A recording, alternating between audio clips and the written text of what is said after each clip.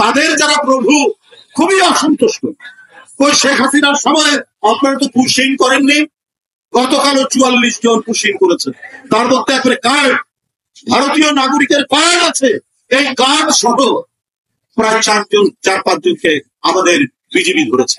কেন কেন পুশিং করাচ্ছে? সব ভারতের লোক, পায়ে পাড়া দিয়ে, গায়ে ধাক্কা দিয়ে পার্শ্ববর্তী দেশকে সামনে পাকাতে চান বাংলাদেশের সাথে।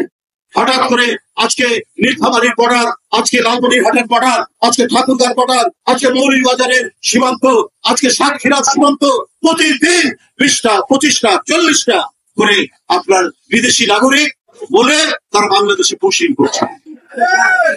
আমি বলবো সরকারকে, আপনারা কড়া জবাব দিন।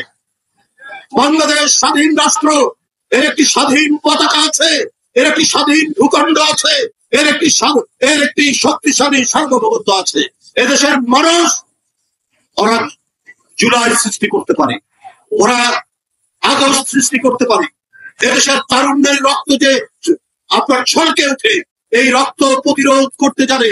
তাই এরা 90 সৃষ্টি করেছে, এরা 71 সৃষ্টি করেছে, এরা 7ই নভেম্বর সৃষ্টি করেছে।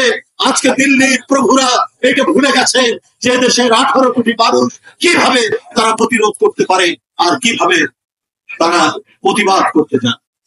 তাই তাদেরকে আমি হুঁশিয়ার করে দিতে চাই, এইভাবে বাংলাদেশের স্বাধীনতাকে অগ্রাহ্য করে অশ্রদ্ধা দেখিয়ে আপনারা যদি এই পুশিং অব্যাহত রাখেন, এর দায়িত্ব আপনাদেরকে নিতে হবে।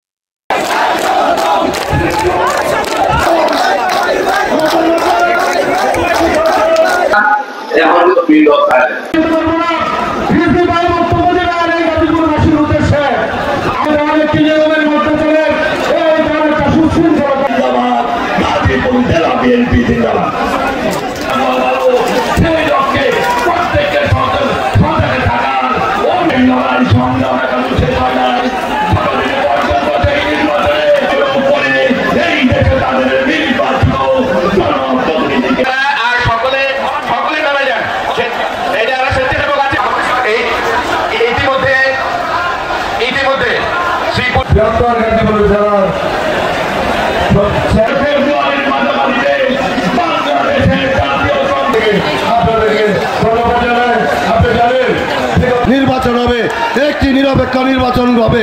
আমি আশা করি আমাদের